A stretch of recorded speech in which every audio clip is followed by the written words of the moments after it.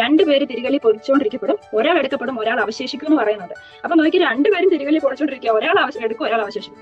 നമുക്കറിയത്തില്ല, ദൈവം ഹൃദയങ്ങൾ പരിശോധിക്കുന്ന ആ ഒരാൾ പൊടിച്ചത് ദൈവമാത്രത്തിനായിരിക്കും, അല്ലെ ആത്മാക്കളെ രക്ഷിക്കുക ഈശോയുടെ സ്നേഹത്തെ പ്രതിയായിരിക്കും. ഞാൻ ഇങ്ങനെ അച്ഛൻ ഇങ്ങനെ കുർബാനയായിട്ട് ഇങ്ങനെ വരുമ്പോൾ അതായത് ഈ പറയുന്ന നാനോ പാർട്ടിക്കിൾ തൊട്ട് വലിയ ഗാലക്സീസ് വരെ സൃഷ്ടിച്ച ഇത്രയും വലിയ സർവ്വശക്തനായ ദൈവം ഒരു കുർബാനയായിട്ട് വെറും അതിപ്പം നമ്മൾ പാവം ചെയ്തിരുന്നാലും നമ്മുടെ ഉള്ളിൽ വരും, നമ്മൾ അല്ലെങ്കിലും നമ്മുടെ ഉള്ളിൽ നമ്മൾ വിശുദ്ധരാണ്, നമ്മൾ ഉള്ളോട്ട് ഇങ്ങനെ വരാം. അപ്പത്തിന്റെ കാലത്ത് തൊട്ടിരുന്ന് ഉള്ളോട്ട് നോക്കുമ്പോൾ വേറെ ഏതോ ലോകത്ത് ഇങ്ങനെ കണ്ണ് നിറഞ്ഞിങ്ങനെ ഒഴുകുന്നതാണ്. എപ്പോഴത്തെ അച്ഛൻ എന്തിനാ കുർബാനയ്ക്ക് ഇങ്ങനെ കാര്യം എനിക്ക് അറിയത്തില്ല.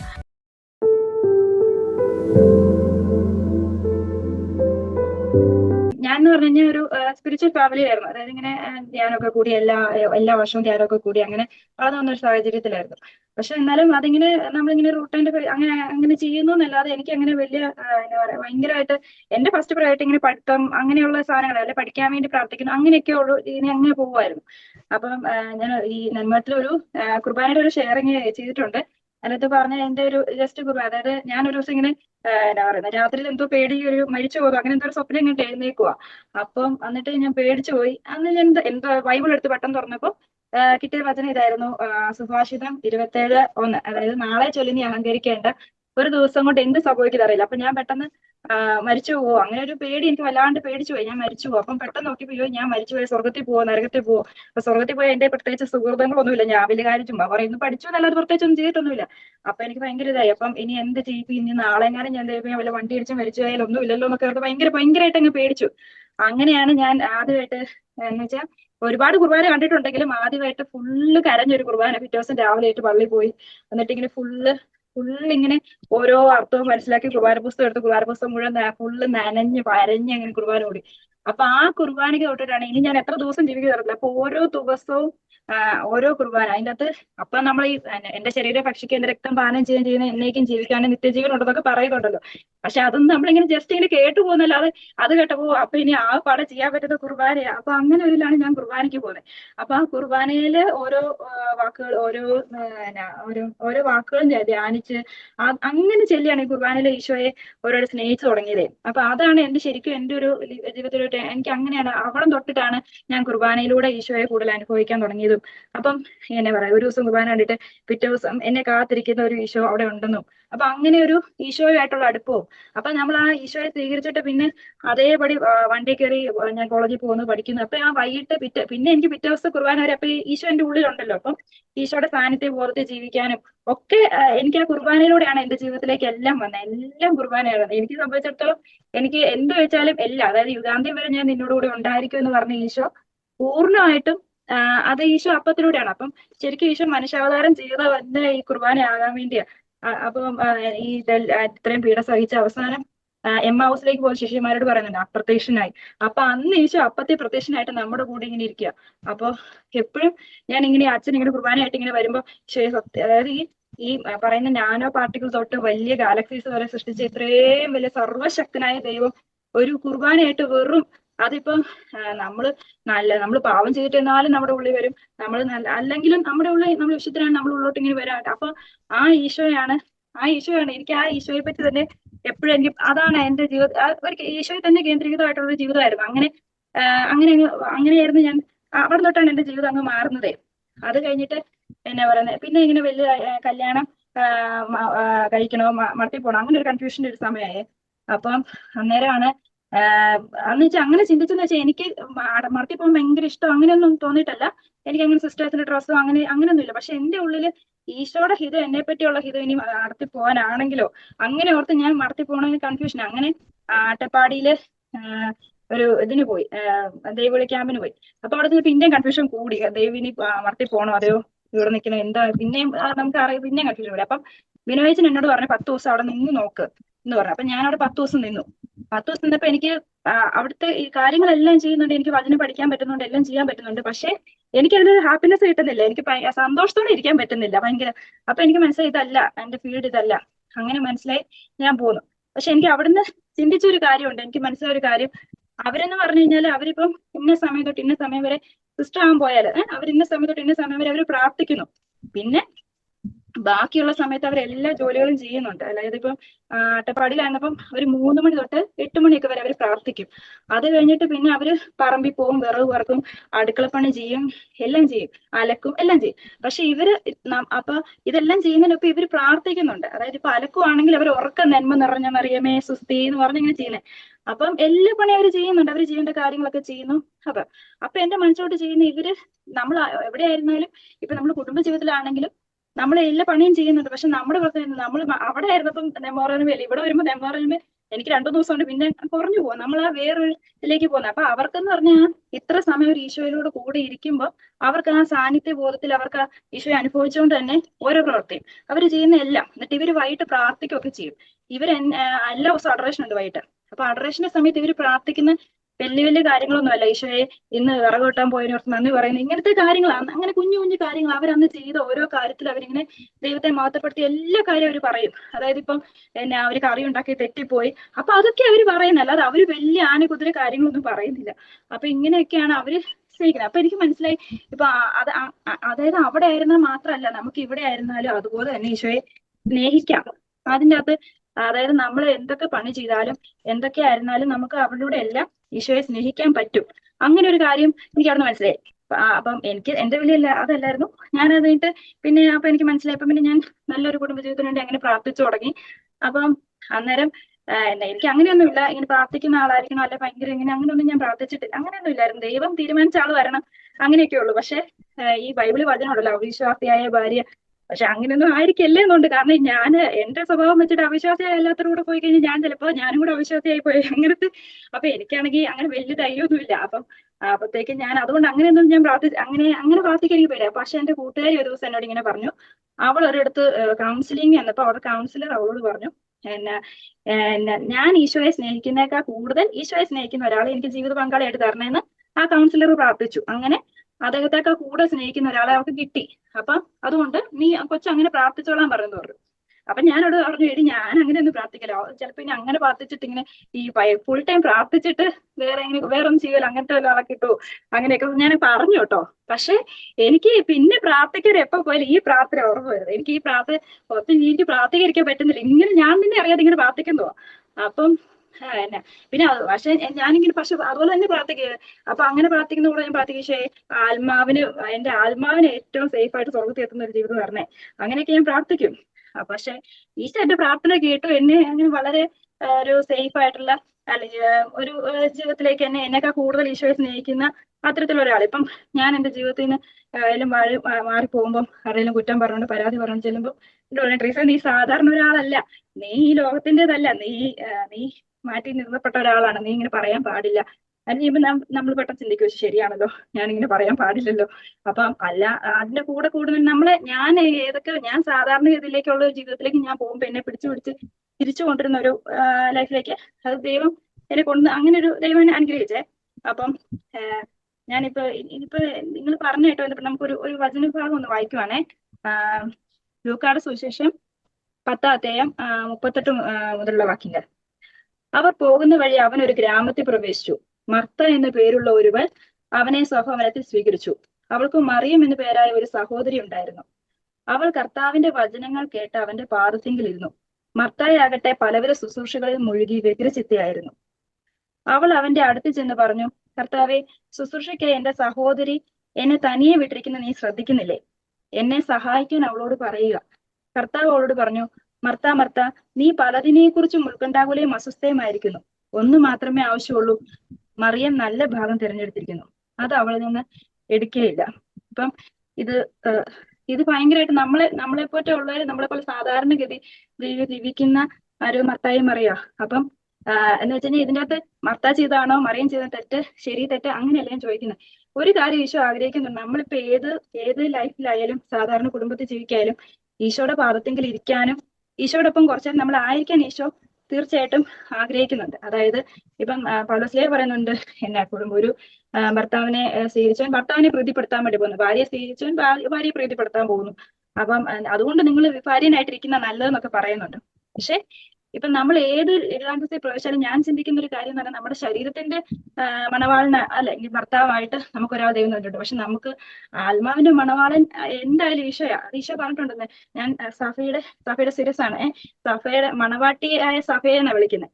അപ്പം ആരാ സഭ? നമ്മൾ ഓരോരുത്തരും അല്ലേ. അപ്പൊ നമ്മൾ ശരിക്കും നമ്മുടെ ആത്മാവിന്റെ മണവാളൻ എന്ന് പറയുന്നത് എന്തായാലും അത് ആർക്കും നമ്മൾ എടുത്തു മാറ്റാൻ പറ്റത്തില്ല. നമ്മൾ കുടുംബജീവിതം നയിച്ചാലും അല്ലെങ്കിൽ സിസ്റ്ററാകാൻ പോയാലും മാത്രമല്ല, നമ്മൾ എല്ലാവരുടെ ആണുങ്ങളായാലും പെണ്ണുങ്ങളായാലും എല്ലാവരുടെയും ആത്മാവിന്റെ മണവാളൻ എപ്പോഴും ഈശോയെ. ആ ആത്മാവിന് ആ മണവാളിന് എത്തിച്ചേരുന്നിടം വരെ അത് അസ്വസ്ഥമാണ്. ആ ആത്മാവിന് വേറെ അവിടെ ആശ്വാസം കണ്ടെത്താൻ പറ്റത്തുള്ളൂ.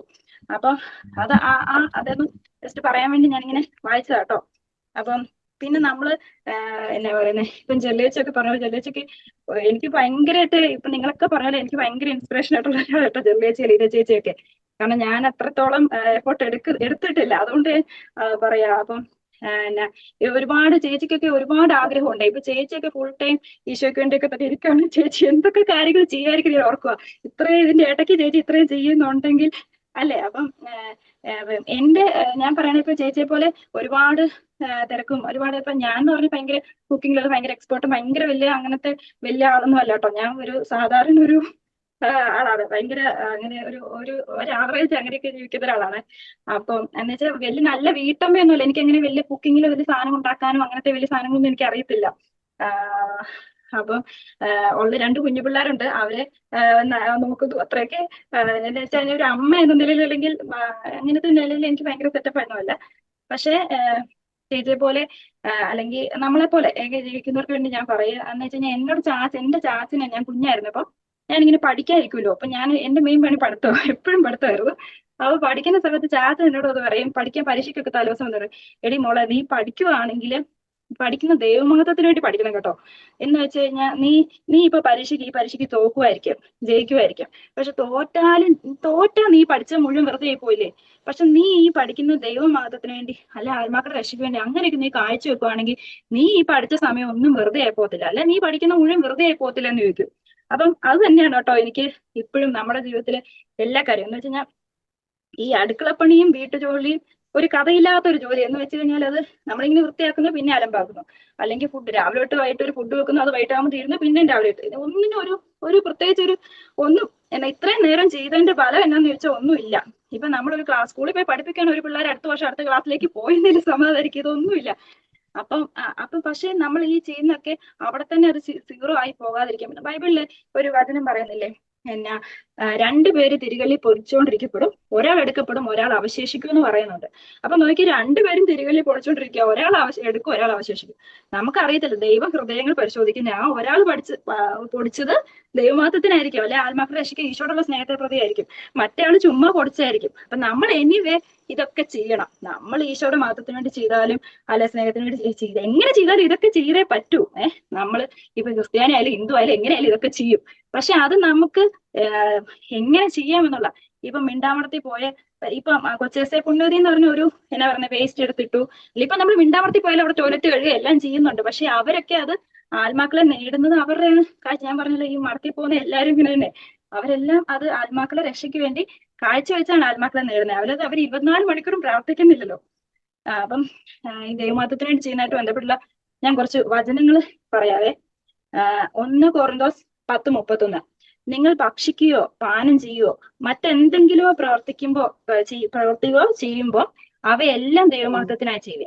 എന്ത് പ്രവൃത്തി ചെയ്താലും അതെല്ലാം ദൈവമഹത്വത്തിനായി. അതായത് നമ്മൾ വിചാരിക്കും നമ്മൾ വലിയൊരു കൺവെൻഷൻ സെന്ററിൽ പോയിട്ട് ആരാധനയിൽ വിളിച്ച് വെച്ചിട്ട് ഹല്ലേലൂയ ഹല്ലേലൂയ ഭയങ്കരമായിട്ട് നമ്മൾ സ്തുതിക്കുമ്പോൾ നമ്മൾ ഭയങ്കരമായിട്ട് നമ്മൾ ഈശോയുടെ ഇമോഷണലി നമ്മൾ ഭയങ്കരമായിട്ട് പ്രാർത്ഥിക്കുമ്പോൾ നമ്മൾ ഓർക്കും നമ്മുടെ ഹല്ലേലൂയ എല്ലാം കേട്ട് ഈശോ ഇങ്ങനെ അങ്ങനെ. പക്ഷെ ഈശോയ്ക്ക് നമ്മൾ ഹല്ലേലൂയ വെച്ച് ഭയങ്കരമായിട്ട് ഈശോയ്ക്ക് എന്തെങ്കിലും മാറ്റം ഉണ്ടോ? ഇല്ല. അത് നമ്മൾ ദൈവത്തെ മഹത്വപ്പെടുത്തുന്നു, അതും ദൈവത്തെ മഹത്വപ്പെടുത്തുന്നു. അതേ സമയം തന്നെ നമ്മൾ എന്തെങ്കിലും പ്രവൃത്തിയിലൂടെ തന്നെ നമ്മൾ എന്തൊക്കെ പ്രവർത്തി നമ്മുടെ ഹൃദയം ദൈവത്തിൽ ഒത്തിച്ചിരിക്കുമ്പോൾ ആ പ്രവൃത്തിയിലൂടെ നമ്മൾ ഈശോയെ ഞാൻ ഈ ചെയ്യുന്ന ദൈവത്തിന്റെ മഹത്വത്തെ കാഴ്ചവെക്കുന്നു. ഇപ്പൊ എന്നെ സമയം ഞാൻ ഫുൾ ടൈം ഓരോ പ്രവൃത്തിയും ചെയ്യുമ്പോൾ ചിലപ്പോൾ ഞാൻ ഇന്ന ദിവസം കുർബാനയ്ക്ക് പോകുന്ന സമയത്ത് ഞാൻ പറയാം, ദൈവമേ ഇന്ന് ഞാൻ ചെയ്യുന്ന എല്ലാ പ്രവൃത്തിയും ദൈവമഹത്വത്തിനായിട്ട്. അങ്ങനെ പറയും. കാരണം നമ്മുടെ കാര്യമില്ല, നമ്മൾ ഈ പറഞ്ഞ പോലെ പിള്ളേർ അത് കാണിക്കും വഴക്കും പറഞ്ഞ് നമ്മൾ വേറെ രീതിയിലായി പോകും. അപ്പൊ അതുകൊണ്ട് ആ ദൈവമഹത്വത്തിനെ കാഴ്ചവെച്ച ഇതൊന്നും വെറുതെ ആയി പോകുന്നില്ല കേട്ടോ. ഇപ്പം അതുപോലെ തന്നെ 1 Corinthians 16:14 നിങ്ങളുടെ കാര്യങ്ങൾ സ്നേഹത്തോടെ നിർവഹിക്കും. അപ്പം ഈ സ്നേഹത്തോടെ എന്ന് പറഞ്ഞു കഴിഞ്ഞാണ്ടല്ലോ, നമ്മൾ എല്ലാ കാര്യവും ചെയ്യും. എന്താ വെച്ചാൽ നമ്മളിപ്പം നമ്മുടെ ഹസ്ബൻഡായിട്ട് പിണങ്ങിയിരുന്നാലും അല്ലെ നമ്മുടെ ഇൻലോസുമായിട്ട് പിണങ്ങിയിരുന്നാലും നമുക്ക് അവർക്ക് ചെയ്ത് കൊടുക്കാനുള്ള എല്ലാ കാര്യവും നമ്മൾ ചെയ്യും. നമ്മൾ എന്തായാലും ചെയ്യും. നമ്മൾ കൃത്യമായിട്ട് ഫുഡ് ഉണ്ടാക്കും, അവർക്ക് വിളമ്പി കൊടുക്കും, എല്ലാം ചെയ്യും. പക്ഷെ നമ്മുടെ ഹൃദയങ്ങൾ പരിശോധിക്കുന്ന ദൈവം ഉണ്ടല്ലോ. അപ്പം നമ്മൾ സ്നേഹം എന്ന് പറയുമ്പോൾ തന്നെ ദൈവം കൽപ്പനകളെ മൊത്തത്തിൽ 2 സ്നേഹമാക്കിയിട്ടുണ്ട്. ഒന്ന് ദൈവത്തോടുള്ള സ്നേഹവും മനുഷ്യരോടുള്ള സ്നേഹവും. അപ്പൊ ഒന്ന് നമ്മൾ ആ ചെയ്യുന്ന പ്രവൃത്തി നമ്മൾ ആർക്ക് ചെയ്തു കൊടുക്കുന്നോ അവരോട് നമ്മൾ എത്രത്തോളം ആത്മാർത്ഥമായിട്ട് സ്നേഹത്തോടെ അത് ചെയ്യുന്നേ. ഈശോ പറയുന്നത് അത് എനിക്ക് വേണ്ടി ചെയ്യുന്ന പോലെ, അങ്ങനെ ഒരു വചനമുണ്ട്. മനുഷ്യരെ അതെ എഫേസോസ് 6:7 മനുഷ്യരെ പ്രീതിപ്പിക്കുന്ന പോലെ അവരുടെ കൺമുമ്പിൽ മാത്രം ഇങ്ങനെ ചെയ്യാതെ പൂർണ്ണ ഹൃദയത്തോടെ ദൈവഹിതം അനുവർത്തിച്ചുകൊണ്ട് ക്രിസ്തുവിന്റെ ദാസന്മാരായിരിക്കും. മനുഷ്യന് വേണ്ടിയല്ല കർത്താവിന് വേണ്ടി എന്ന പോലെ സന്മനസ്സോടെ ശുശ്രൂഷ ചെയ്യണം. അപ്പൊ അവരിൽ ഈശോയെ കാണാം. കാരണം അവരും ഈ കുർബാന തിരിച്ചിട്ട് വരുന്ന അവരിൽ നമുക്ക് ഈശോയെ കാണാം. അതുപോലെ തന്നെ കൊച്ചേസ്യ പുണ്യതി പറയുന്ന ഒരു കാര്യമുണ്ട്. കൊച്ചേസ്യ പുണ്യതി എല്ലാവരിലും ഒരാളെ കാണുമ്പോൾ അവരിലെ ആത്മാവിനെയാണ് കാണുന്നത്. അതായത് ഈശോ നമ്മളെ നോക്കുമ്പോൾ നമ്മുടെ ആത്മാവിലേക്കല്ലേ നോക്കുന്നത് എന്ന് പറഞ്ഞ പോലെ കൊച്ചേസ്യ പുണ്യതി എല്ലാവരെയും കാണുമ്പോൾ അവരിലെ ആത്മാവിനെയാണ് കാണുന്നത്. അപ്പം ഒരു ദിവസം ആരോ കൊച്ചേസ്യ പുണ്യതി അടുത്ത് വന്ന് കൊച്ചേസ്യ പുണ്യതി എന്തോ വിഷമിപ്പിക്കുന്ന രീതിയിൽ ഇങ്ങനെ പെരുമാറുക, അങ്ങനെ എന്തോ ചെയ്തു. അപ്പം കൊച്ചേസ്യ പുണ്യതി വിചാരിച്ചെന്ന് വെച്ചാൽ ആ ആത്മാവിനോട് സഹതപിക്കും. ഈശോ ആ ആത്മാവിനെ എങ്ങനെ ആയി പോയല്ലോ. അപ്പൊ എന്നിട്ട് കൊച്ചേസ്യ പുണ്യതി ഈശോയോട് ചോദിക്കുക, ഈശോയെ അതെന്നെ ആ ആത്മാവിനെ അങ്ങനെ ചെയ്യാൻ പറ്റുള്ളല്ലോ. അപ്പം ഈശോ ഈശോയിൽ നിന്ന് കൊച്ചേസ്യ പുണ്യതി മനസ്സിലാക്കുന്ന ഒരു കാര്യം, എന്റെ പൂന്തോട്ടത്തില് നല്ല റോസാപ്പൂവും വേണം, കുഞ്ഞ് പറയുന്ന സൂര്യകാന്തി പൂവോ അല്ലെങ്കിൽ എന്തെങ്കിലും ഒരു പൂവും വേണം. അപ്പം അവനെ ഞാൻ സൂര്യകാന്തി പൂവോ അല്ലെങ്കിൽ കാക്കപ്പൂവായിട്ട് സൃഷ്ടിച്ചു. സൂര്യകാന്തി പൂ, നിന്നെ റോസപ്പൂ, അങ്ങനെ അവർക്ക് ദൈവം ഓരോ കൃപ കൊടുത്തിരിക്കുന്നുണ്ട് എന്ന് പറഞ്ഞാല്. പക്ഷെ നമ്മളിപ്പം നമ്മളായിരിക്കുന്ന സാഹചര്യത്തിൽ നമ്മളോട് എന്തെങ്കിലും വരുമ്പോ എന്നാലും എന്നോട് അങ്ങനെ പറഞ്ഞല്ലോ എന്നാലും നമ്മളെ മനസ്സിൽ ചിന്തിക്കുള്ളൂ. നമ്മളെ പറ്റി അങ്ങനെ ചിന്തിക്കും. പക്ഷെ അതിനപ്പുറത്തോട്ട് ആ ആത്മാവിന് ആ ഒരു ബലഹീനതയിൽ നിന്ന് അങ്ങനെ പറ്റുമല്ലോ. ഈശോയെ ആ ആത്മാവിനെ കരുണയായിരിക്കണം, അല്ലെ ആ ആത്മാവിനെ കൃപ കൊടുക്കണേ. അങ്ങനെ നമ്മൾ ഈ കൊച്ചേസ്യ പുണ്യതയെ പോലെ മറ്റുള്ളവരെ ആത്മാവിനെ കാണാൻ, ഈശോ കാണുന്ന പോലെ അവരെ അല്ലെങ്കിൽ ഈശോയെ കാണാൻ അങ്ങനെ നമുക്ക് പറ്റുന്ന. ഇപ്പൊ ഞാൻ എന്നെ ഉൾപ്പെടെ കേട്ടോ പറയുന്നേ, നമുക്ക് നമ്മൾ അങ്ങനെയൊക്കെ ചെയ്യണമെന്നാണ് ശരിക്കും ഈശോ ആഗ്രഹിക്കുന്നത്.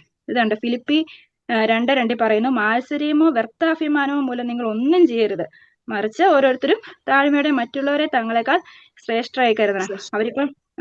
അവരിപ്പോ പ്രാർത്ഥിക്കുന്നവരോ പ്രാർത്ഥിക്കാത്തവരോ അല്ലെങ്കിൽ നമ്മുടെ ഉള്ളിൽ പലപ്പോഴും നമുക്ക് മാത്സര്യവും നമ്മുടെ വ്യർത്ഥാഭിമാനം, ഇപ്പം നമ്മുടെ വീട്ടുകാരെ കുറച്ച് ഹേർട്ട് ചെയ്യോ, നമ്മൾ വേറെ വീട്ടിൽ നിന്ന് വന്നാണല്ലോ. അപ്പൊ നമ്മളെ എന്തെങ്കിലും ഹേർട്ട് ചെയ്ത് കഴിഞ്ഞാൽ നമുക്ക് ഭയങ്കര ഫീലിങ്സാ. അപ്പൊ നമ്മൾ കുറെ കാര്യങ്ങൾ ചെയ്യുകയൊക്കെ ചെയ്യും. പക്ഷെ ചെയ്യുന്നതൊക്കെ നമ്മുടെ ഉള്ളിൽ ഈ മാത്സര്യവും നമ്മുടെ വ്യർത്ഥാഭിമാനവും ഞാനെന്ന കുറെ അങ്ങനത്തെ ഒരു സംഭവമുണ്ട് പക്ഷെ അത് പാടില്ല എന്നാണ് പറയുന്നത്.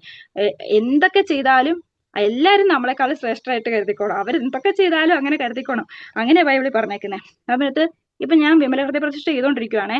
അപ്പൊ അതിനകത്ത് ഇന്നലെയാണ് മിനിങ്ങാന്ന് ഞാൻ വായിച്ചൊരു ഇതാണ്, സകലവും ഈശോ പറയുവാണേ, സകലവും ഇല്ലായ്മയിൽ നിന്ന് സൃഷ്ടിച്ച സർവശക്തനും അത്യുന്നതനുമായ ഞാൻ നിനക്ക് വേണ്ടി എന്നെ തന്നെ അധികാരികൾക്ക് കീഴ്പ്പെടുത്തിയെങ്കിൽ വെറും ധൂളിയും ശൂന്യനുമായ നീ എന്നെ പ്രതി മനുഷ്യർക്ക് കീഴ്വഴങ്ങുന്നത് വലിയ കാര്യമാണോ?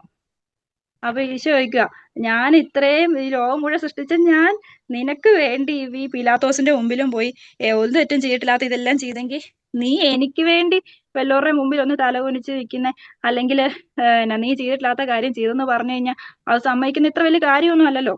അപ്പം അതായത് നമ്മൾക്ക് ശരിക്കും എളിമപ്പെടാൻ വേണ്ടിയുള്ള, എളിമയാണ് സുഹൃത്തുക്കളെ രാജ്യം എന്ന് പറയുന്നത് വെറുതെ അല്ല. നമ്മൾ ശരിക്കും എളിമപ്പെടുവാണെങ്കിൽ നമ്മളെ ആരൊക്കെ എന്തൊക്കെ പറഞ്ഞാലും നമുക്കത് ഫീൽ ചെയ്യത്തില്ല. അത് നമ്മൾ കുറ്റം പറയുകയോ ഇല്ല, പരാതി പറയുകയും പറ്റും. നമ്മളുടെ ഉള്ളിലുള്ള ഈ ശരിക്കും പറഞ്ഞ ഈ മൂലഭാവങ്ങളാ പ്രശ്നം. അതായത് നമ്മുടെ സ്വാർത്ഥത, അഹങ്കാരം, അസൂയ, അങ്ങനത്തെ കുറെ സാധനങ്ങൾ. പക്ഷെ നമ്മളത്, ഞാൻ കഴിഞ്ഞ ദിവസം സംസാരിച്ചപ്പോൾ അച്ഛൻ പറയുന്ന അത് നമ്മൾ തിരിച്ചറിഞ്ഞിട്ട് നമ്മളത് പിന്നെ അത് അത് മാറ്റാൻ പരിശ്രമിക്കാതിരിക്കരുത്. നമുക്ക് അറിയാന്നുള്ളത് ഭയങ്കര, നമുക്ക് പരിശുദ്ധാത്മാവിന്റെ വലിയൊരു ഇതുള്ളതുകൊണ്ട് നമുക്കത് അറിയാൻ പറ്റുന്നത്.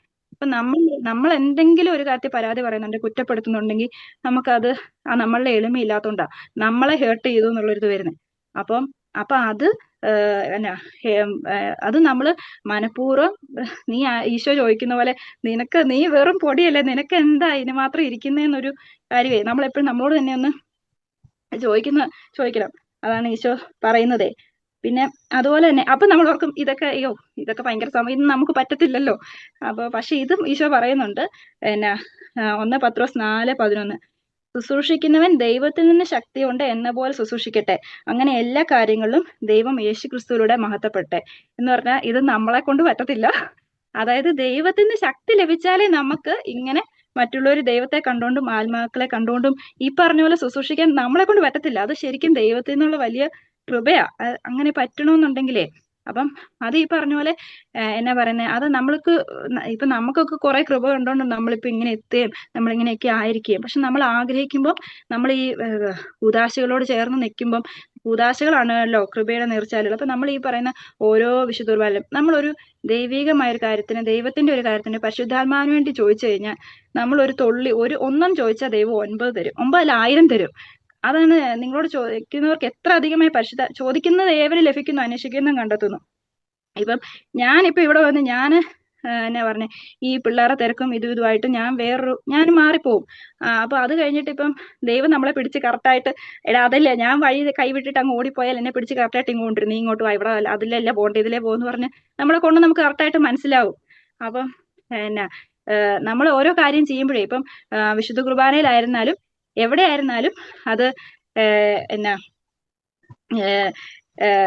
പിന്നെ നമ്മൾ ഈ വിശുദ്ധ കുർബാനയിലൂടെയാണ് നമുക്ക് ഇതിനുള്ള കൃപ കിട്ടുന്നത്. ആ കൃപ നമുക്ക് അതായത് ഇപ്പൊ ഞാൻ പറഞ്ഞു കഴിഞ്ഞാൽ എന്നാ ഇപ്പൊ ഞാന് ഈ മറ്റുള്ളവർക്ക് വേണ്ടി പ്രാർത്ഥിക്കൊക്കെ ഭയങ്കര മടിയുള്ള ആളാട്ടോ. അപ്പം കാര്യമൊക്കെ എനിക്കറിയാം, ഭയങ്കര സംഭവമൊക്കെയാണ്. പക്ഷെ ഞാൻ പലപ്പോഴും അതൊക്കെ വിട്ടുപോകും. എന്റെ മടി അലസതയും കാരണമൊക്കെ ഞാൻ അങ്ങ് വിട്ടുപോകും. അപ്പം പക്ഷെ ഉണ്ടല്ലോ, ഞാൻ എപ്പോഴെങ്കിലും ഇരുന്ന് ഒരു കൊന്ത വേറെ കുറെ ഇന്റർസെഷന് വേണ്ടി മാത്രം ഒരു കൊന്തയില്ല, പിറ്റേ ദിവസം എന്നെ എവിടെന്നേലും വിളിക്കും പ്രാർത്ഥിക്കാൻ, എന്തെങ്കിലും ഒരു കാര്യത്തിന് വിളിക്കും. അപ്പൊ ഞാനൊക്കെ ദൈവത്തിന്റെ ഒരു കാര്യം നമ്മൾ ഒന്നെന്ന് പറഞ്ഞ ദൈവം കുറെ നമുക്ക് തരും. എന്ന് വെച്ചാൽ നമുക്ക് നമ്മളൊരു കൃപയ്ക്ക് വേണ്ടി, അല്ലെ ഒരു പാപം ചെയ്യാനുള്ള കൃപയ്ക്ക് വേണ്ടി, അല്ലെ പരിശുദ്ധാത്മാവിന്റെ ഇതിനു വേണ്ടി നമ്മൾ പ്രാർത്ഥിച്ചു കഴിഞ്ഞാൽ ഉണ്ടല്ലോ, ദൈവം ഉറപ്പായിട്ടും നിങ്ങളെ ഇവിടെ ഇരിക്കുന്ന എല്ലാവരും ഈശോയ്ക്ക് അങ്ങനെ ഒരു രീതി പ്രാർത്ഥിച്ചിട്ടുള്ളതുകൊണ്ട് മാത്രം ഇവിടെ വന്ന് ഇങ്ങനെ ഇരിക്കാൻ നമുക്ക് പറ്റുന്നതേ.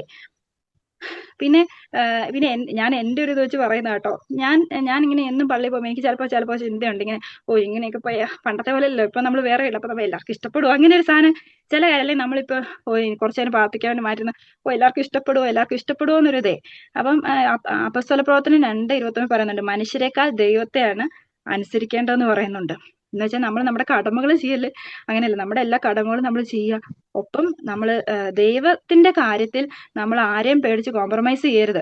അത് ദൈവം ആഗ്രഹിക്കുന്നില്ല. ദൈവത്തെക്കാൾ നമ്മൾ എപ്പോഴും മനുഷ്യരെക്കാൾ എപ്പോഴും നമ്മൾ ദൈവത്തെയാണ് അനുസരിക്കേണ്ടത്. നമ്മളുടെ അതിനകത്ത് ഒരു കാര്യം നമ്മൾ ഉറപ്പാക്കുക, ഒരിക്കലും നമ്മള് സാഹചര്യങ്ങളും ഇതും നമ്മുടെ മടിയാകരുത്.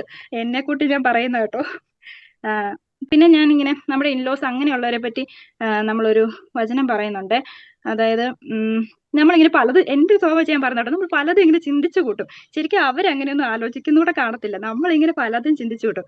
അപ്പൊ യോഹന്നാൻ 1:39 ഒരു വചനമുണ്ട്. അവൻ പറഞ്ഞു, അതായത് ഈശോ താമസിക്കുന്നത് എവിടെയാന്ന് വന്ന് ചോദിക്കുക. അപ്പം ഈശോ പറയാ, വന്ന് കാണുക. അതായത് എനിക്കൊരു 100,000 തവണ എക്സ്പീരിയൻസ് ഉണ്ട്. നമ്മളൊന്ന് എളിമപ്പെട്ട് മരയ്ക്ക് പോയെന്ന് എന്തെങ്കിലുമൊക്കെ മിണ്ടിയാൽ മതി, അവിടെ തീരത്തേ ഉള്ളൂ ചില കാര്യങ്ങളെ. പക്ഷെ നമ്മൾ അങ്ങ് ചിന്തിച്ചു കൂട്ടാ, ഇവരങ്ങ് ചിന്തിച്ച് ഇവര് നമ്മൾ അങ്ങനെ വിചാരിക്കും, ഇങ്ങനെ വിചാരിക്കും, അങ്ങനെ ആയിരിക്കും, ഇങ്ങനെ ആയിരിക്കും എന്നൊക്കെ വിചാരിച്ച് അങ്ങനെ ഇരിക്കുക. പക്ഷെ നമ്മൾ ചെന്നിട്ടൊന്ന് നമ്മളൊന്ന് എളിമപ്പെട്ട് ചെന്ന് എന്തെങ്കിലുമൊക്കെ സംസാരിച്ചു കഴിഞ്ഞാലുണ്ടല്ലോ, ഈ പറയുന്ന പ്രശ്നമൊന്നും കാണത്തില്ല. വെറുതെ ചിന്തിച്ചോട്ടെ. എനിക്ക് പലപ്പോഴും അങ്ങനെ തോന്നിയിട്ടുണ്ട്. പിന്നെ മാതാവിന്റെ ഒരു ഫീച്ചേഴ്സ്, മാതാവ് എന്ന് പറഞ്ഞാൽ എല്ലാം ഒരുപാട് സംസാരിക്കുന്നതായിട്ടോ ബൈബിൾ അങ്ങനെയൊന്നും കാണുന്നില്ല. എല്ലാം ഒരു ഇപ്പം പരാതി പറയുന്ന കാര്യം, അല്ലെങ്കിൽ ഇപ്പം എന്തെങ്കിലും ഇപ്പൊ ഈശോ മാതാവ് വലിയ ദൈവത്തിന്റെ അമ്മയോ അങ്ങനത്തെ ഒരു കാര്യം മാതാവ് ഇങ്ങനെ എല്ലാ ഹൃദയത്തെ സംഗ്രഹിച്ച് നമ്മളെ ഏറ്റവും വലിയ കുടുംബജീവിതത്തിന്റെ മാതൃക എന്തായാലും മാതാവ് തന്നെയാണ്. മാതാവ് ഈ പറഞ്ഞ പോലെ എല്ലാ പണിയും ചെയ്തു. അന്നത്തെ കാലത്ത് ഒരു സൗകര്യം ഇല്ലാത്തൊരു കാലത്ത് ഇങ്ങനെ ജീവിച്ചപ്പം മാതാവിന് പക്ഷെ സങ്കീർത്തനങ്ങളും എല്ലാ വചനങ്ങളും കാണാപ്പാടമായിരുന്നു. ബൈബിൾ ദേവാലയത്തില് ഒന്ന് ചേർന്ന് ജീവിച്ചേ. അപ്പം മാതാവ് എന്നാ പറയുന്നത്, മാതാവിന്റെ ലൈഫിൽ നമുക്ക് എളിമ സ്വീകരിക്കാം. അതുപോലെ തന്നെ എല്ലാ ഹൃദയത്തെ സംഗ്രഹിച്ച് സ്വീകരിക്കാം. അതുപോലെ മാതാവ് നമ്മളെ പോലെ റേസ് ചെയ്തിട്ടാണ് ഉണ്ണീശോയെ വളർത്തിയത്. അല്ല ഇങ്ങനെ ഭയങ്കരമായിട്ട് ഷൗട്ട് ചെയ്തിട്ടൊന്നും ആയിരിക്കത്തില്ലല്ലോ. ഉണ്ണീശോയെ നോക്കി നമ്മുടെ പിള്ളേരെ പോലെ കുസൃതികളൊക്കെ കാണിച്ചിട്ടാണ്. അപ്പൊ ആ മാതാവിന്റെ ഒരു ഇത് നമ്മൾ ഇപ്പം വിമലഹൃദയത്തിനെ പ്രതിഷ്ഠിക്കുമ്പോഴും അങ്ങനെ മാതാവിന്റെ ഓരോ സവിശേഷതകൾ നമുക്ക് മാതാവിനോട് ചോദിച്ചു വാങ്ങാവേ. പിന്നെ ഞാനിപ്പോ കുർബാനയുടെ പിള്ളേരുടെ കാര്യമാണ് പറയുന്നത്. ഞാനിപ്പോ കുർബാനയുടെ എക്സ്പീരിയൻസ് പറഞ്ഞില്ലേ. അപ്പം ഞാൻ എൻ്റെ ലൈഫിലെ കുഞ്ഞായിരുന്നപ്പം തീരെ ചെറുതായി ഈ പിള്ളേരായ ഭാഗത്ത് എൻ്റെ ചാച്ചൻ എന്നെ എന്നും പള്ളി കൊണ്ടുപോകും. എന്ന് വെച്ചാൽ ചാച്ചൻ പള്ളി പോകുന്ന ദിവസം എല്ലാം പള്ളി കൊണ്ടുപോകും. അപ്പം ഞാനിങ്ങനെ ചുമ്മാ ചാച്ചന്റെ ഇവിടെ ഇങ്ങനെ കാലിന്റെ ചോട്ടിൽ ഇങ്ങനെ ചുമ്മാ ഇരിക്കത്തേ ഉള്ളൂ. നമ്മുടെ പിള്ളേര് ഒരിക്കലും നമ്മൾ പറയുന്ന കേട്ട് അവര് ചെയ്യത്തില്ല, നമ്മൾ കാണിക്കുന്ന കണ്ട് അവര് ചെയ്യത്തുള്ളൂ. അതെ. പക്ഷെ ഞാൻ ചാച്ചന്റെ കാലിൽ ചോട്ടിരുന്ന് മുകളോട്ട് നോക്കുമ്പോ വേറെ ഏതോ ലോകത്തേക്ക് ഇത് കണ്ണ് നിറഞ്ഞിങ്ങനെ ഒഴുകുന്ന കാണാം. എപ്പോഴും എന്റെ ചാച്ചൻ എന്തിനാ കുർബാനയ്ക്ക് ഇങ്ങനെ കരയത് എനിക്ക് അറിയത്തില്ല. അപ്പൊ ചാച്ചൻ അങ്ങനെ വെച്ചാൽ ചാച്ചൻ വേറൊരു ലോകത്ത് നിന്ന് ഇങ്ങനെ പ്രാർത്ഥിക്കുന്ന ഒരു മനുഷ്യൻ. ഞാൻ അത് കണ്ട് അപ്പൊ ഞാൻ പറഞ്ഞു, ഞാനിപ്പോ ഇങ്ങനെ പറയുന്നുണ്ടെങ്കിൽ ആ ചാച്ചൻ അങ്ങനെ പ്രാർത്ഥിക്കുകയും എന്നെ ധ്യാനത്തിന് വിടുക അങ്ങനെയൊക്കെ ചെയ്തിട്ടുണ്ട്. അപ്പൊ നമ്മള് എപ്പോഴും ഇപ്പം ഇപ്പം പിള്ളേരുടെ ധ്യാനം നടക്കുന്നുണ്ട്. അപ്പം ധ്യാനത്തിനും അങ്ങനത്തെ അവര് പോകുമല്ലോന്നല്ല. ഇപ്പം ഞാൻ ആ കാര്യത്തൊക്കെ ചാച്ചൻ പറഞ്ഞുകൊണ്ട് അല്ലെങ്കിൽ അങ്ങനെയൊക്കെ ചെയ്ത ഒരാളാ. അല്ലാതെ എനിക്ക് ധ്യാനത്തിന് ഭയങ്കര സ്നേഹത്തെ, ഈശോടുള്ള സ്നേഹത്തെ പ്രതി പോവോ അങ്ങനെയൊന്നും ചെയ്തിട്ട് പോലും ഇല്ല. പക്ഷെ ഇതൊക്കെ മനസ്സിൽ നമ്മുടെ ഉള്ളിൽ കിടക്കും. അപ്പൊ അതുകൊണ്ട് നമ്മൾ എപ്പോഴും പിന്നെ ഈ പറയുന്ന നമ്മൾ ഈ പ്രാർത്ഥിക്കുന്നതും ഇതും ഒക്കെ പിള്ളേരുടെ മനസ്സിൽ കിടക്കും. അവരൊരിക്കലും നമ്മൾ ഇപ്പൊ എന്റെ കൊച്ചാണെ എപ്പോഴും ഭയങ്കര ഓട്ടമാണേ. ഒരു തവണ ഞാനിങ്ങനെ ഇവളെ ശ്രദ്ധിക്കാതെ ഫുള്ള് കണ്ണടച്ചു പിടിച്ച് അങ്ങ് ഇവളെന്റെ ഭയങ്കരമായിട്ടും കുർബാന കൂടി. എനിക്കെന്തോ ഒരു സമയത്ത് അങ്ങനെ ചെയ്തു. ഇവൾ ആ ചോട്ടിൽ നിന്ന് മാറി പോലും ഇല്ല. അപ്പൊ ഞാൻ ഞെട്ടിപ്പോയി. ദൈവമേ, ഞാൻ മര്യാദയ്ക്ക് നമ്മുടെ വിചാരം കൊച്ചയിലേ പോയി ഇതിലേ പോയി ഇങ്ങനെ നോക്കുക. അപ്പൊ അങ്ങനെ അപ്പൊ ശരിക്കും അവര് നമ്മളെയാ ശ്രദ്ധിക്കുന്നതെന്നേ. അങ്ങനെ ഒരു കാര്യം എനിക്കെപ്പോഴും തോന്നിയിട്ടുണ്ട് കേട്ടോ. അപ്പം അതുകൊണ്ട് ഇപ്പം നമ്മുടെ വരുന്ന റിട്രീറ്റിനൊക്കെ മാക്സ് അവരോട് പറയാ. അപ്പം എപ്പോഴെങ്കിലും ഒരു സമയത്ത് അവര് വരും. പിന്നെ ഇപ്പം ഒരുപാട് പേര് ഒരുപാട് രീതിയിലുള്ള സഹനത്തിന്റെ കാര്യങ്ങളൊക്കെ പറഞ്ഞു. അപ്പം ഓരോരുത്തർക്കും ഓരോ രീതിയിലായിരിക്കും കേട്ടോ. പക്ഷെ നമ്മൾ ഇത്ര ഓർത്താൽ മതി. പിന്നെ ഇപ്പം നമുക്കൊരു ശുദ്ധീകരണ സ്ഥലം ഉണ്ടല്ലോ. അപ്പൊ അതായത് നമ്മൾ ഈ പിള്ളേർക്ക് വാക്സിൻ എടുക്കുമല്ലോ. എനിക്ക് അങ്ങനെയാ തോന്നുന്നത്. അതായത് നമ്മൾ ഈ വാക്സിൻ എടുക്കുമ്പോൾ എന്റെ കൊച്ചിനൊക്കെ വാക്സിൻ എടുക്കുമ്പോൾ കൊച്ച് കുത്തുന്നതിന് ഇപ്പൊ ആദ്യം കരയുന്ന ഞാനാ. എനിക്ക് ഭയങ്കര സങ്കടം പിള്ളേർക്ക് വാക്സിൻ എടുക്കുമ്പോൾ. എന്ത് പാവം കൊച്ച് ഈ സൂചി ഇങ്ങനെ കുത്തി അങ്ങ് അങ്ങ് കയറ്റി വിടും. അപ്പൊ എനിക്ക് ഭയങ്കര സങ്കടമാ. അപ്പൊ ഞാൻ ഓർക്കും, എന്തിനാ ഇതൊക്കെ ചെയ്യുന്നത്, ഈ അസുഖമൊക്കെ വരൂ, എന്തിനു ചെയ്യുന്നതാണോ അങ്ങനെയൊക്കെ ആക്കും. പക്ഷെ നമ്മളത് ചെയ്യണം, എന്നാലേ കൊച്ചിന് അസുഖം വരാതിരിക്കുള്ളൂ. അപ്പൊ ഈശോ എത്രയും നമുക്ക് ചെയ്യുന്നുള്ളൂ. നമ്മൾ ഈ കുഞ്ഞു കുഞ്ഞു സഹനങ്ങളിലൂടെ ഇത് നമുക്ക് സ്വർഗത്തിൽ കൊണ്ടുപോകാൻ വേണ്ടി നമ്മളോട് ഇത്ര സ്നേഹം ഉള്ളതുകൊണ്ടാണ് ഈശോ നമുക്ക് ഇപ്പൊ എന്തെങ്കിലും വിധത്തിലുള്ള മാനസികമായിട്ടുള്ള സഹനമാട്ടെ അല്ലെങ്കിൽ ശാരീരികമായിട്ട് അസുഖത്തിന്റെ എന്തായിക്കോട്ടെ. അപ്പൊ നമ്മളൊരു ഇപ്പം ഡാനിയലച്ചൻ ഒരു ഇതിൻ്റെ അകത്ത് പറഞ്ഞ എന്തെങ്കിലും സഹനം ഉണ്ടെങ്കിൽ നിങ്ങൾ രക്ഷപ്പെട്ടു എന്ന് വെച്ചാൽ അതിലൂടെ നിങ്ങൾ രക്ഷപ്പെട്ട് സ്വർഗത്തിൽ പൊക്കോളൂല്ലോ. എന്തെങ്കിലും സഹനം ഉണ്ടെങ്കിൽ നിങ്ങൾ രക്ഷപ്പെട്ടു. അങ്ങനെ അപ്പൊ ശരിക്കും സഹനം എന്ന് പറയുന്ന വലിയ ഈശോയുടെ വലിയൊരു സ്നേഹവും അങ്ങനത്തെ ഒരു ഇതേ. ഇപ്പൊ നമ്മളെല്ലാവരും പലവിധ കാര്യത്തിൽ ഒരു വിധത്തിലല്ല വേറെ വിധത്തിൽ സഹനങ്ങൾ ഉള്ളവരാണ്. അപ്പൊ നമ്മൾക്ക് ശരിക്കും ഭയങ്കര ഭാഗ്യപ്പെട്ടവരാണ്. അതിനകത്ത് ശരിക്കും നമുക്ക് ഇപ്പൊ മനസ്സിലാൻ പറ്റില്ലെങ്കിലും എന്തെങ്കിലും ഒരിക്കലും എന്നാ പറയുന്നത് നമുക്കത് മനസ്സിലാവും കേട്ടോ. പിന്നെ നമുക്ക് ഈ എന്നാ പറയുന്നത് ഈ പറയുന്ന പോലെ എല്ലാം നമുക്ക് എപ്പോഴും ഈശോയുടെ സാന്നിധ്യത്തിലായിരിക്കാൻ ശ്രമിക്കുക എന്നുള്ളതിന്റെ പ്രധാനപ്പെട്ട കാര്യം. ഇപ്പൊ ജെർലേച്ചി പറഞ്ഞോളൂ, നമ്മളെപ്പോഴും കുഞ്ഞായിരുന്നപ്പോൾ സുഹൃദേവൻ ചെല്ലിന്ന് പറഞ്ഞിട്ട് കാര്യമില്ല. ഇപ്പോഴും നമ്മൾ എന്തെങ്കിലുമൊക്കെ സുഹൃദേവൻ ചെല്ലുവാണെങ്കിൽ ഇപ്പം ആവേ മരിയന്റെ അമ്മ ആശ്രയം ഈശോയെ അങ്ങനത്തെ കാര്യങ്ങൾ നമ്മളെ എന്നാ പറയുന്നത് ഈശോയെ എന്നുള്ള ഇതോ എന്തെങ്കിലും ഒരു സാധനം നമ്മളൊന്ന് ഈശോയെ ഒന്ന് ഇത് ചെയ്യാൻ വേണ്ടി എന്നാ പറയുന്നത് സുഹൃദേവൻ ചെല്ലാനേ. പണ്ടൊക്കെ സുഹൃദേവൻ ചെല്ലാൻ ഒരുപാട് മത്സരിച്ചിട്ടുണ്ട്. 1000 സുഹൃദേവം 14 സുഹൃദേവം. പക്ഷെ അതൊക്കെ ഇപ്പൊ ഞാനും ഓർക്കും എൻ്റെ ഒന്നും അതൊക്കെ മിസ്സായി പോയിട്ടുണ്ട്. പക്ഷെ അതൊക്കെയാണ് നമ്മളെ ശരിക്കും ആ ഒരു സാന്നിധ്യ ബോധമല്ല. നമ്മൾ മനുഷ്യരാണ്. നമ്മളൊന്നും കണ്ട് വേറെ നമ്മളിതൊക്കെ മറന്നു പോയിട്ട് നമ്മൾ ഈ കാണുന്ന നമ്മൾ മുഴുവൻ ദൃശ്യമായിട്ടുള്ളവരെ, പക്ഷെ ദൈവം കാണുന്ന മുഴുവൻ അദൃശ്യമായിട്ടുള്ളതാണല്ലോ. അപ്പൊ അതിലേക്ക് നമ്മളേക്ക് മാറണമെന്നുണ്ടെങ്കിൽ ഇങ്ങനെയുള്ള ഒരു സംഭവം നമ്മളെ സഹായിക്കും. അപ്പം അതുപോലെ തന്നെ എന്നാ പറയുന്നത് പേഴ്സണൽ പ്രെയർ ആയാലും കുർബാന ആയാലും എല്ലാം മാക്സിമം എന്നാ പറയുന്നത് നമ്മള് എന്നാ പറയുന്നത് ഞാൻ പറഞ്ഞ പോലെ മാക്സിമം നമ്മൾ ട്രൈ ചെയ്യുക. അപ്പൊ അതല്ല അതും പറ്റുന്നില്ലെങ്കിൽ ദൈവമാത്രത്തിനായിട്ട് അല്ലെങ്കിൽ ഈശോയോടുള്ള സ്നേഹത്തെ പ്രതി നമ്മൾ എങ്ങനെയാ ചെയ്യണേ? നമ്മളിപ്പോ ഒരു കാര്യം ചെയ്ത് ഇപ്പൊ എന്തെങ്കിലും പാത്രം കഴിങ്ങനെ ഈശോയോടുള്ള സ്നേഹത്തെ പ്രതി അതാകുന്നേ. അങ്ങനെ ഒരു ഞാൻ തന്നെ പലപ്പോഴും ചിന്തിച്ചിട്ടുണ്ട് കേട്ടോ, എങ്ങനെ അത് ഈശോയോടുള്ള സ്നേഹത്തെ പ്രതി ആകുന്നേ എന്നൊരു സംഭവേ. എന്താ വെച്ചാൽ ഈശോയെ ഈശോയുടെ നമ്മൾ ഒരാളെ സ്നേഹിക്കുന്നത് എങ്ങനെയാ? അവരുടെ ഇഷ്ടം അവർക്ക് ഇഷ്ടമുള്ള കാര്യം ചെയ്തോണ്ടല്ലേ അവരെ സ്നേഹിക്കുന്നത്. അവർക്ക് ഇഷ്ടമില്ലാത്ത കാര്യം ചെയ്തു കഴിഞ്ഞാൽ നമുക്ക് ഒരാളെ സ്നേഹം ഉണ്ടെങ്കിൽ അവന് ഇഷ്ടമുള്ള കാര്യം നമ്മൾ ചെയ്യും, അല്ലെ? അപ്പം ഈശോയുടെ ഇഷ്ടം എന്താണ്? ഈശോയുടെ ഇഷ്ടം എന്താ? അവിടുന്ന് വെച്ചാൽ ഒരുവൻ പോലും നഷ്ടപ്പെടുത്താതെ അന്ത്യദിനത്തിൽ എല്ലാവരും, അതായത് ഈ ലോകത്തുള്ള സകല മനുഷ്യരെ ഉയർപ്പിച്ച് സ്വർഗത്തിൽ കൊണ്ടുവന്ന ഈശോയുടെ ഇഷ്ടം. അപ്പം ഈശോ അതിനുവേണ്ടിയാണല്ലോ പീഡ സഹിച്ചും മരിച്ചും എല്ലാം ചെയ്ത ഈശോ അതിനു വേണ്ടിയാ. അപ്പൊ നമ്മള് ഈശോയുടെ സ്നേഹത്തെ പ്രതി എന്ന് പറയുന്നതും ആത്മാക്കളുടെ രക്ഷയ്ക്ക് വേണ്ടി എന്ന് പറയുന്നതും എല്ലാം ഇതേ ഉള്ളൂ. നമ്മൾ ആ ഒരു സമർപ്പണം, പൂർണ്ണ സമർപ്പണത്തോടെ ഈശോയെ അങ്ങനെയുള്ള സ്നേഹത്തെ പ്രതി അങ്ങനെയുള്ളതിനെ പ്രതി നമ്മളത് ചെയ്യുന്നു.